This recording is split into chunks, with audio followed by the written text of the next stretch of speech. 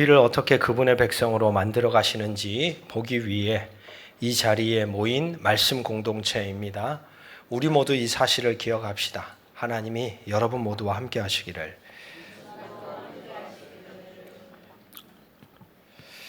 네.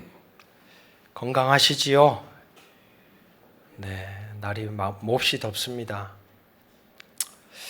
함께 한다는 것 자체가 선물입니다. 선물. 우리 이 시간 또 일주일에 한 번 뵙는 분들도 계시는데 우리 마음을 다해 옆에 계신 분들 마음을 다해 축복하면 좋겠습니다. 참 잘 오셨습니다. 사랑하고 축복합니다.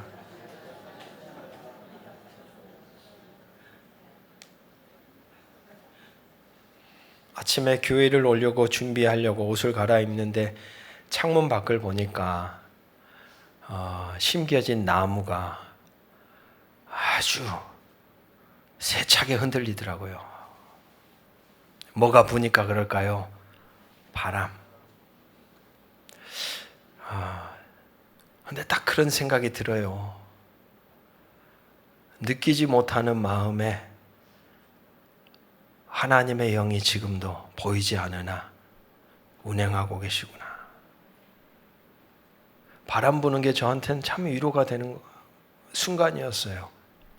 하나님이 지금도 알라고 나에게 깨달으라고 바람이라는 자연의 피조 세계를 통해 또 나에게 말씀하시는구나. 여러분, 사실 우리의 삶의 다양한 삶의 자리가 하나님을 느낄 수 있는 통로입니다. 예배만이 아니에요. 예배는 당연히 그런 곳이 되어야 되겠죠. 예배. 사람을 만날 때에 그 사람으로부터 듣게 된 말 한마디가 하나님의 음성처럼, 누군가의 눈물을 볼 때 그를 향하여 품는 내 마음이 하나님의 마음인 것처럼, 자연 피조 세계를 보면서도 그 하나님의 넉넉한 품. 예전에도 말씀드렸죠. 저는 숨 쉬면서도 하나님의 존재를 느낀다고 너무 감사한 거예요. 숨 쉬는 거. 여러분 한번 깊은 숨을 한번 들여 마셔 보십시오. 시작. 이제 내뱉으세요. 혹시 숨이 허락이 안 되신 분 손 들어 보세요. 당연한 게 어디 있습니까? 자연 피조물이 이렇게 돌아가는 게 우리는 당연하다가 여기지만 당연한 건 없어요. 주어진 선물인데. 그러니까 꼭 성경을 읽지 않아도 하나님이라는 존재가 오늘도 모든 사람들을 향해 품는 마음이 뭐다? 사랑이구나. 선물처럼 주고 싶어 하시는 마음이구나. 그 하나님의 넉넉함 안에서 제외되는 사람은 단 한 사람도 없다 하는 거예요. 그러나 좀 전에 기도한 것처럼 무엇이 이 땅을 지옥으로 만들어가고 있습니까? 하나님의 그 넉넉함은 늘 한결같은데, 하나님의 사랑은 늘 충만한데, 그 한복판에 서 있는 한 인간 안에 담겨진 욕망, 탐욕, 이기적인 마음들이 모이고 모여 나라가 나라를 치고 똑같은 사람이 또 다른 사람을 죽이고, 그들의 죽음 앞에서도 눈 하나 깜짝이지 않는 우리는 중동 지역에서 일어나는 전쟁의 현장을 마주하고 있지 않습니까? 러시아와 우크라이나 사이에서 일어나는 그 피눈물 나는 전쟁을 우리는 목격하고 있지 않습니까? 여러분, 늘 인류의 문제는 다른 것에 있지 않습니다. 하나님이 주인공처럼 만들어 놓은 한 인간이라는 그 존재로부터 출발하고 있다는 그 지점 앞에 우리는 우리의 존재를 세워야 합니다. 오늘 우리는 무엇을 만들고 있을까? 오늘 우리는 무엇을 품고 있을까? 오늘 저와 여러분이 나누는 이 요한계시록 말씀 속에서 그런 우리의 존재에 대해 질문을 던지고 잘못되어졌다면 과감하게 잘라내야죠. 잘라낼 건 잘라내고 하나님이 원하는 나무가 되기 위해 가지를 치며 올라갈 수 있도록 성령의 조명하심이 저와 여러분에게 있기를 주의 이름으로 축복합니다. 성도 여러분, 우리는 모두 크고 화려한 풍요로운 것을 추구하려는 경향이 모두에게 있습니다. 밤에도 잠들지 않는 거대한 도시의 불빛, 최신 기술과 유행이 넘쳐나는 거리, 편안해지고 안락해진 삶, 성공과 쾌락을 약속하는 수많은 번쩍거리는 광고들 속에서 우리의 마음이 사로잡힙니다. 그 안에서 우리는 안정감을 느끼고 그 시스템, 그 조직의 일부가 되는 것을 마음 한켠에 그래 성공했어 라고 생각하려는 마음이 우리 안에는 존재한다는 말이죠. 성경은 바로 이러한 세상의 부와 쾌락, 그리고 하나님 없는 교만의 집합체를 가리켜서 요한계시록은 딱 세 글자로 표현합니다. 바벨론이라는 거예요. 여러분, 창세기에 우리는 똑같은 이름의 한 탑을 발견하죠. 무슨 탑입니까? 바벨탑. 하나님같이 높아져 보고자 했던 마음. 에덴 동산에서 아담과 하와가 사탄의 유혹에 의해 가졌던 마음과 동일한 흐름이 성경 곳곳에 이어져서 사라지지 않고 뽑아야 되는데, 완전히 제거해야 되는데 인류의 역사 자리마다 그게 뽑혀지지 않은 채 뿌리를 깊이 내리는 거예요. 그래서 그것이 바벨탑이 됩니다.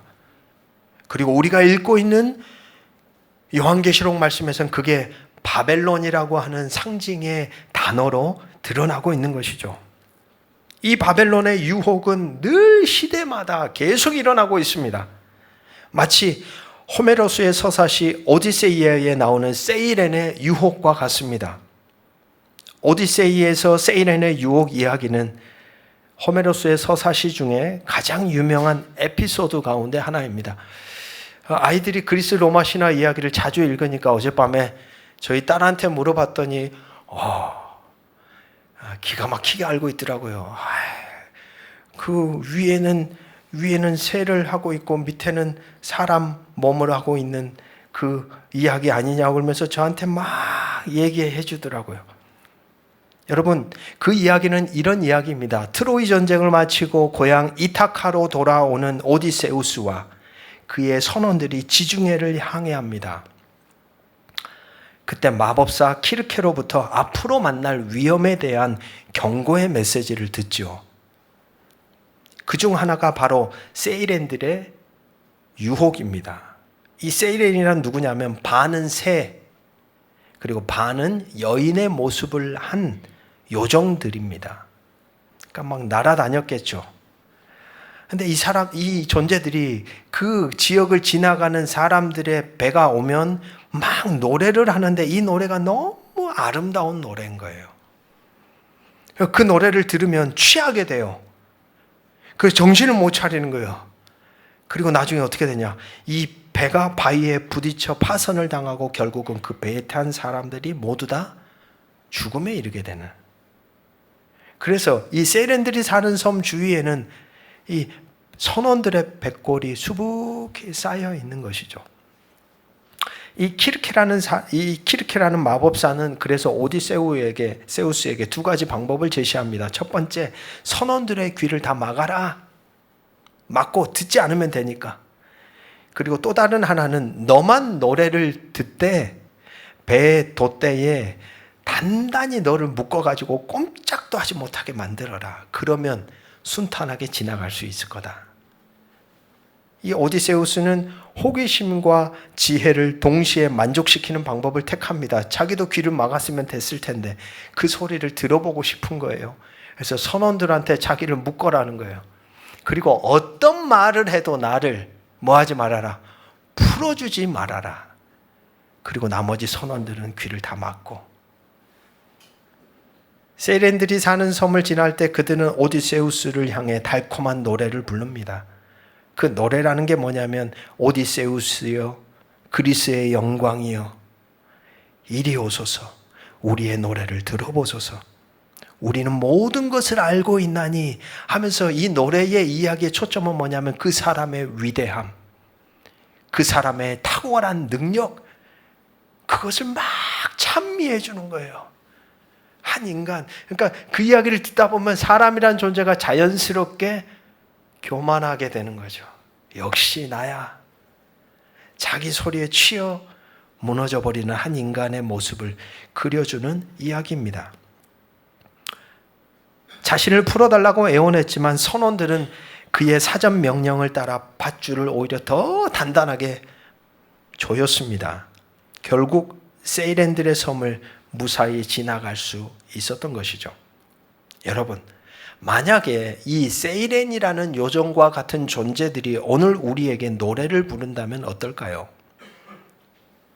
아마도 그것은 저마다, 우리 모두 저마다의 손에 다 들려있는 이 핸드폰이지 않을까 하는 생각이 저는 스쳐 지나갑니다. 여러분 참 신기하죠? 유튜브를 보신 분들은 아실 겁니다. 내가 보고 내가 듣고 했던 것들이 기가 막히게 알고리즘을 통해 계속해서 시선을 떼지 못하게 하는 거예요. 거기에 딱 붙들려가지고. 참 재밌습니다. 똑같은 주제를 보는데도 어린아이가 보는 내용과 부모가 보는 내용이 아주 극단으로 갈리는 이야기를 TV를 통해 보았습니다. 그러니까 어른들이라면, 어른들도 사실 이 판단력을 잃은 채 혼란스러운데 중고등 학생들이 유튜브를 딱 보는 순간 아주 그 알고리즘 안에서 헤어나오지를 못하는 거, 아주 편협해지는 거예요. 비판적 사고를 잃어버린 이 아이들에게는 그게 독이 된다는 거죠. 우리가 무심코 누른 좋아요 하나, 잠시 멈춰본 영상 하나를 놓치지 않고 이 알고리즘은 쉴 새 없이 우리의 뭘 분석을 해요? 욕망을 분석합니다. 아주 어느 날은 저도 신기했어요. 뭘 하나 살짝 봤었는데 제가 유튜브를 딱 여는 순간 내 마음을 읽고 있는 거예요. 마치 어떻게 내가 이걸 찾으려고 한 걸 어떻게 알았지? 기가 막히게 더 자극적이고 더 화려하고 더 소유하고 싶은 것들을 우리의 눈앞에 핸드폰이 딱 펼쳐놓는 것이죠.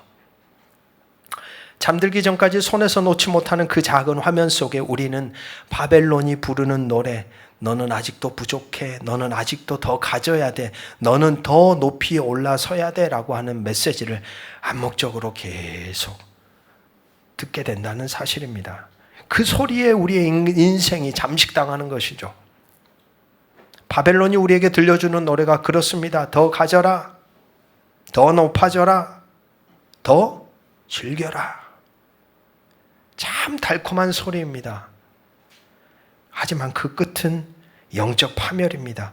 그래서 하나님은 오늘 우리에게 그 유혹의 노래를 듣지만, 들을 수밖에 없는 세상 한복판에 살아가지만 복음의 돛대에 마치 앞선 이야기처럼 우리의 존재를 묶어야 된다는 거예요. 지난주 우리는 세상이 강요하는 짐승의 표, 그에 맞서는 어린 양의 노래를 부르는 성도의 정체성에 대해 함께 나누었습니다. 오늘은 주어진 본문을 통해 그 짐승의 시스템이 만들어낸 가장 화려한 결과물인 큰 성 바벨론, 우리 같이 한번 따라해 봅시다. 큰 성 바벨론. 여러분 요한계시록을 보면 두 가지 단어가 대조를 이루는데 큰 성 바벨론, 바벨론 앞에 수식어가 뭐가 붙어 있어요? 큰 성이라는, 그것과 대조적으로 대조되는 또 하나가 등장하는데 같이 한번 따라해 봅시다. 거룩한 성 예루살렘. 커질 것인가? 뭐해질 것인가? 거룩해질 것인가? 세상은 자꾸 우리를 향해 뭐해져라 그래요? 커져야 돼요. 성공해야 돼요. 대박이 나야 돼요. 많아져야 돼요. 그러나 하나님이 오늘 우리에게 원하는 소리는 어떤 소리냐? 거룩해지는 거예요. 그러니까 세상의 소리는 서로 방향이 아주 다른 거예요. 바로 그런 자리에서 이 큰 성 바벨론의 마지막의 현장의 모습을 우리에게 오늘 본문은 들려줍니다. 첫 번째입니다. 요한계시록 18장은 큰 성 바벨론의 멸망을 선포하는 장엄한 애가입니다. 그 바벨론이 얼마나 대단했는지를 오늘 말씀은 우리에게 들려주는데, 온 세상의 왕들이 그와 더불어 음행을 즐겼고 땅의 상인들은 그의 사치의 세력으로 부자가 됩니다. 11절 이하를 보면 읽지 않았지만 그들이 거래하던 품목이 나옵니다. 금, 은, 보석, 진주, 값비싼 옷과 향료, 그것만이 아니죠. 노예들과 사람의 영혼들까지. 세상의 모든 것을 다 가진 영원히 무너지지 않을 것 같은 제국이 뭐냐면 바벨론입니다. 여러분, 우리가 살아가는 이 시대를 보십시오. 이 시대에도 뭐가 존재할까요? 바벨론 같은 대상들이 있습니다. 바벨론. 힘으로 똘똘 뭉친 나라가 있죠. 가진 힘으로 처참하게 악한 일을 저지르면서도 전혀 뭘 못 느껴요? 양심의 가책을 못 느껴요. 이스라엘을 보십시오. 이스라엘에 행하는 그 만행들 무섭습니다. 마치 세계대전을 겪었던 자신들의 삶을 되갚아주기라도 하는 듯, 작정이라도 하는 듯 많은 인생들이 지금도 죽어나가고 있지 않습니까? 그러니까 요한계시록이 쓰여졌던 시대에 바벨론은 로마라고 하는 거대한 절대 권력을 가진 나라였습니다. 그런데 가만히 말씀을 보며 묵상해 보면 시대마다 오늘도 우리의 삶의 자리에 뭐가 존재해요? 바벨론이 존재해요. 때로는 그 바벨론이 내 안에 있을 수도 있어요. 내가 그런 존재로 살 수도 있어요. 때로는 그 바벨론이 교회 안에 존재합니다. 거룩해야 될 교회가 큰 성이 된 거예요. 권력이 된 거예요. 하나님의 뜻이 없어요. 성도들 안에도 크게 존재하는 거예요. 나라 안에도 존재하는 거예요. 그러니까 그런 바벨론이 내 안에 있는가 있지 않는가에 대한 질문이 우리에겐 참 많이 필요하죠. 그러나 중요한 것은 무엇입니까? 이 바벨론이 무서운 게 아니라 분명히 무섭고 엄청난 세력이 분명한데 오늘 본문의 5절은 분명하게 이야기하고 있죠. 5절 말씀 우리 선포하는 마음으로 함께 읽어보겠습니다. 시작. 그의 죄는 하늘에 사무쳤으며 하나님은 그의 불의한 일을 기억하신지라. 할렐루야. 여러분, 여기에 소망이 있지 않습니까? 악한 이들을 볼 때 두렵고 무섭고 과연 저게 끝날까? 그러나 성경은 분명하게 이야기합니다. 모든 것에 뭐가 있다? 때와 기한이 있고, 같이 한번 따라해 봅시다. 모든 것이 다 드러난다. 그 말은 뭘 얘기하는 거예요? 깨닫게 하고 보여주고 들리게 할 때에 돌아서는 것이 복이다. 복이다는 거예요. 여러분, 이러한 바벨론의 풍요는 어디로부터 왔을까요? 정직하게 땀을 흘리며 벌어들인 것이 아닙니다.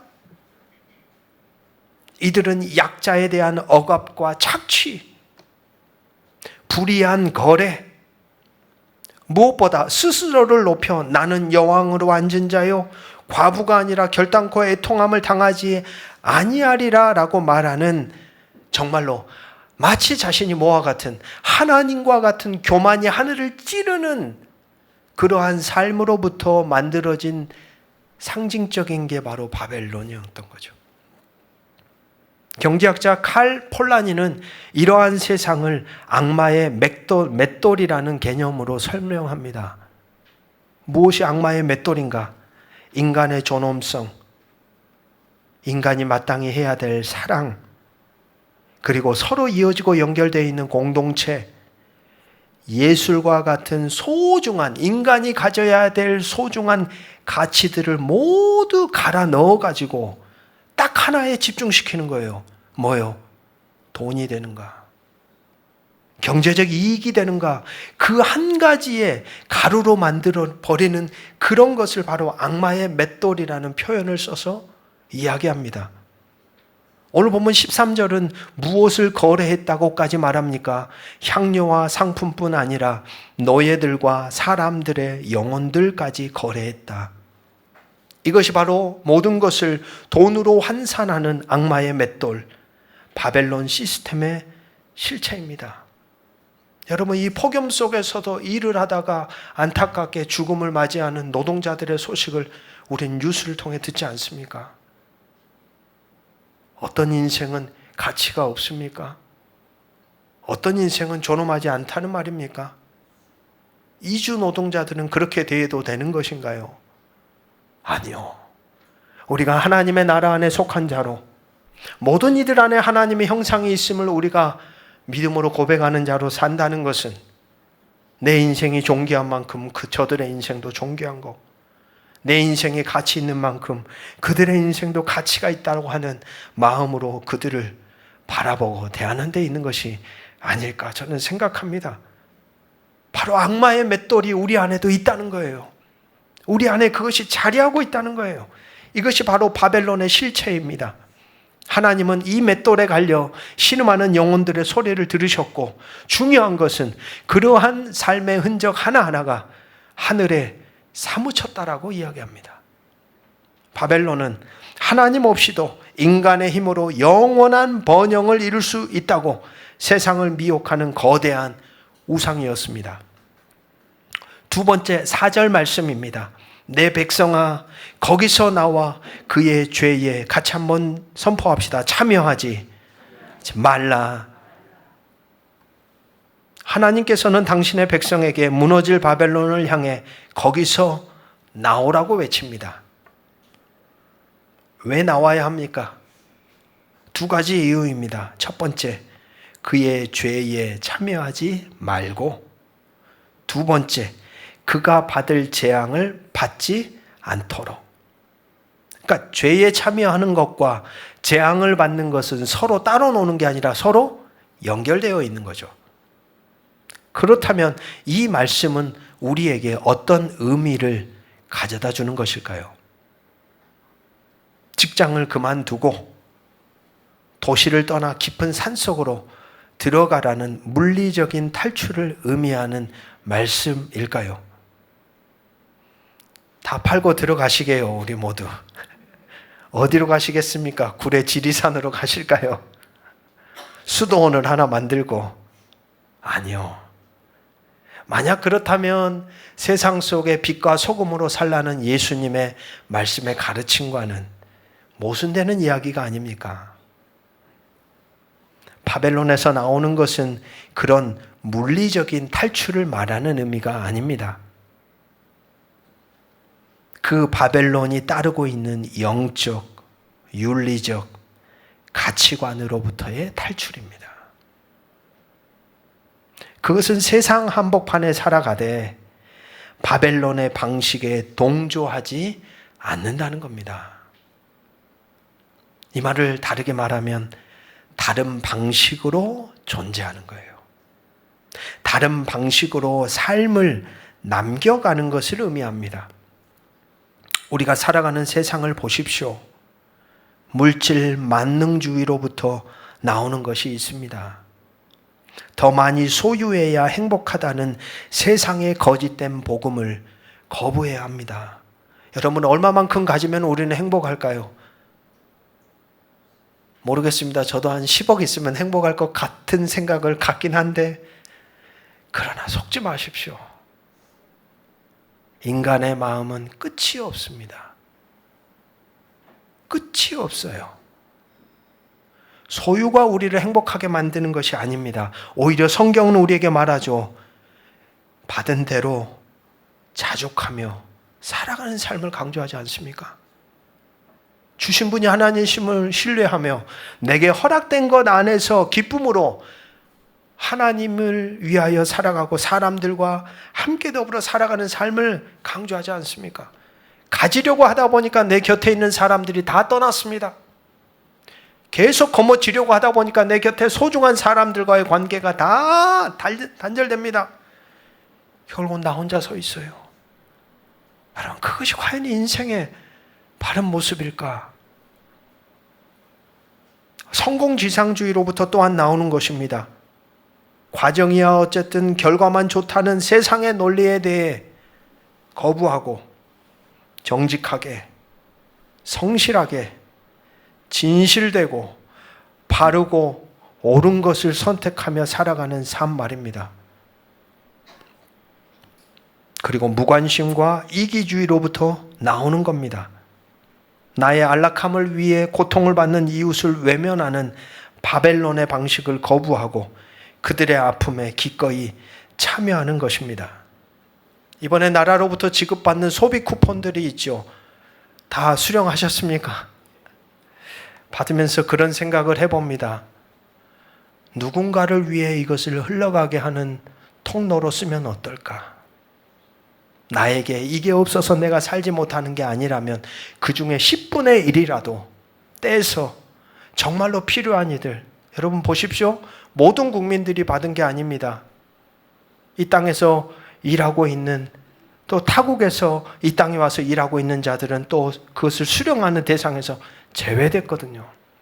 그러니까 정말 필요한 이들에게 조금이라도 숨이 열리게 하는 그런 이어짐들이 어쩌면 무관심과 이기주의로부터 나오는 삶, 함께 더불어 살아가는 삶의 방식을 따라 걸어가는 사람들의 흔적이 아닐까 생각해 봅니다. 소설 빙점이라고 하는 소설을 들어보신 적이 있으실까요? 유명한 미우라 아야코 여사의 이야기입니다. 그녀가 운영하던 가게가 너무 잘 되어 주변 가게들이 어려워집니다. 이러면 우리는 보통 이런 이야기를 할 수 있죠. 신앙인들도 하나님이 복을 주셔서 우리 집이 잘 되었네. 근데 이 여인은 그것을 또 다르게 생각한 것 같습니다. 그녀 부부는 이렇게 기도했습니다. 하나님, 이것은 예수 믿는 사람이 할 일이 아닌 것 같습니다. 우리 인생의 양지를 음지로 바꾸어 주셔서 이웃과 더불어 살게 해 주십시오. 그렇게 기도하고 나서 이 가정이 실제로 가게의 이익을 줄이고 이웃 가게로 손님들을 보내기 시작합니다. 자기 집에 찾아온 손님들을 보내는 거예요. 이것이 바로 바벨론의 성공주의에서 나와 하나님의 공동선이라는 하나님의 가치를 택하는 삶이 아닐까 하는 생각이 전 들더라고요. 놀라운 것은 무엇입니까? 하나님께서 그렇게 비워낸 그녀의 시간에 글을 쓰는 재능을 부어주셨고 그녀를 세계적인 작가로 만드십니다. 그리고 만들어진 소설이 바로 빙점이라는 소설이죠. 나오라는 명령은 여러분 포기하라는 명령이 아닙니다. 진정한 풍요로 들어가는 초대장입니다. 이것이 바로 바벨론의 죄에 참여하지 않는 길이며 그가 받을 영적 재앙으로부터 우리 자신을 지키는 유일한 길임을 말씀은 우리에게 이야기하고 있습니다. 마지막 세 번째입니다. 바벨론과 결탁하여 부와 쾌락을 누리던 왕들과 상인들은 그의 멸망을 보며 슬피옵니다. 오늘 본문 8절에 보시면 그러므로 하루 동안의 그 재앙들이 이르리니, 기간이 언제라고요? 하루 만에. 그러니까 그 큰 바벨론이, 거대 도시가, 거대한 권력의 체계가 하루 만에 어떻게 돼요? 와르르르르 무너지는 거예요. 오늘 요한계시록 말씀은 이걸 계속 강조합니다. 18장 10절 하반절에 보십시오. 큰 성, 견고한 성 바벨론이여, 한 시간에 내 심판이 이르렀다. 하루가 아니라 여기는 한 시간. 17절에 또 반복합니다. 그러한 부가 한 시간에 망하였도다. 그리고 마지막 19절 하반절을 보십시오. 배 부리는 모든 자들이 너의 보배로운 상품으로 치부하였더니, 같이 한번 선포해 봅시다. 한 시간에 망하였도다. 찰떡같이 믿었습니다. 이건 절대 무너지지 않나. 이건 절대적으로 내 인생의 든든한 디딤돌이야. 난 이것 위에 살 수 있어 라고 믿었던 순식간에 우리가 의지하고 대단하게 여기는 세상의 모든 것들이 사실은 얼마나 허무하고 얼마나 일시적인 기반 위에 서 있는지를 보여주는 말씀의 선언이죠. 1995년 6월 29일 혹시 기억나십니까? 서울의 심장부에서 대한민국 최고급 백화점이었던 삼풍백화점이 20초 만에 와르르르 무너졌습니다. 그 오후까지만 해도 온갖 화려한 상품과 사람들의 욕망이 들끓던 그 건물 자체가 하나의 작은 바벨론과 같았죠. 왜 무너진 겁니까? 더 많은 이익을 위해, 더 화려하게 보이기 위해 기둥을 다 없앴습니다. 지어야 될 건물을, 기준과 원칙에 맞게 세워져야 될 건물을 다 불의한 설계를 눈 감아준 바벨론의 교만과 탐욕이었습니다. 적은 비용으로 고가의 이득을 취득하기 위한 인간의 욕망의 산물이 거기 있었던 것이죠.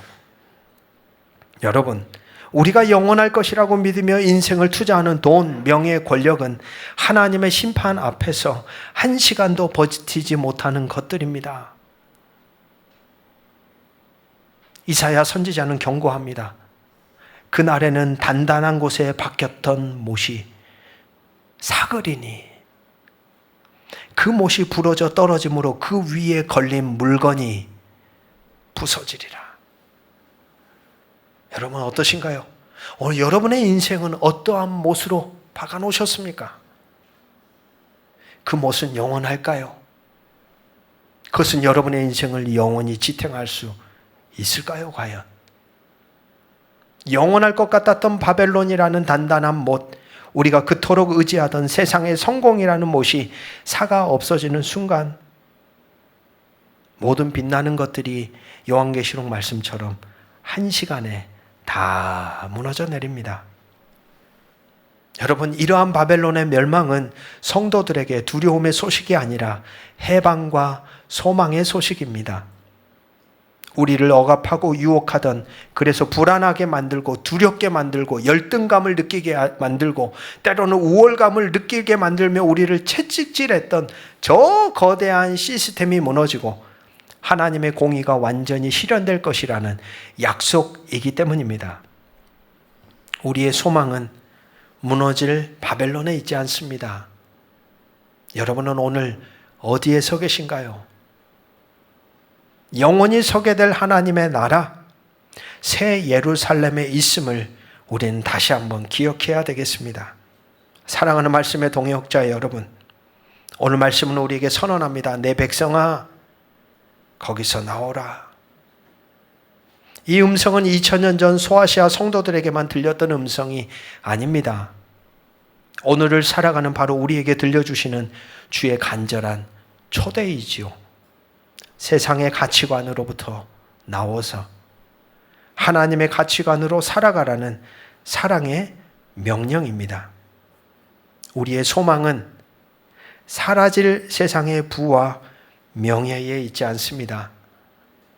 영원하신 하나님, 그리고 그분과 맺어진 관계, 그 안에 만들어져 가는 하나님의 나라 안에 있다는 사실을 저와 여러분이 이번 한 주간에도 기억하시면서 우리를 유혹하는 바벨론의 소리로부터 귀를 막고 주의 음성에 순종하며 거룩하게 구별된 삶을 살아가는 저와 여러분의 한 주간이 되시기를 주의 이름으로 축복합니다.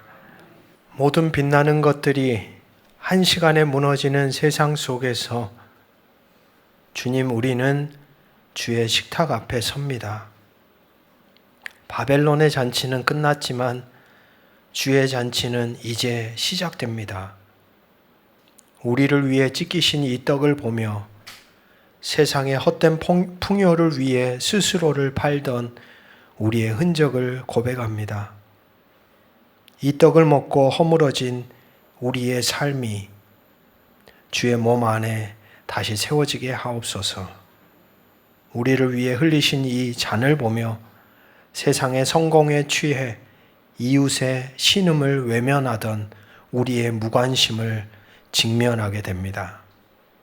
이 잔을 마시고 메마른 우리의 영혼이 주님의 새 언약의 피로 새로워지게 하옵소서. 이제 주님의 살과 피를 나눈 우리가 세상으로 나아가 무너지는 바벨론을 다시 세우려 애쓰는 자가 아니라 무너지지 않는 하나님 나라를 능히 살아내는 자들이 되게 하여 주옵소서. 나의 것을 내어주는 작은 손길로, 서로의 다름을 품어주는 따뜻한 눈빛으로 그렇게 주님의 소유된 백성의 흔적을 남기며 영원한 시온의 노래를 부르게 하옵소서. 이제는 우리를 죄와 사망의 법에서 해방하여 하나님 나라의 시민으로 삼아주신 우리 주 예수 그리스도의 은혜와 무너진 바벨론 속에 당신의 백성을 불러내어 지키시고 보호하시는 하나님 아버지의 신실한 사랑과 세상의 가치관을 분별하고 거룩한 길을 걸어갈 능력을 주시는 성령의 내주하심이 세상 속에 하나님 나라 백성으로 살아가기를 이 자리에서 결단하는 모든 성도들 위해 이제부터 영원까지 함께 하시기를 간절히 축원하옵나이다. 아멘.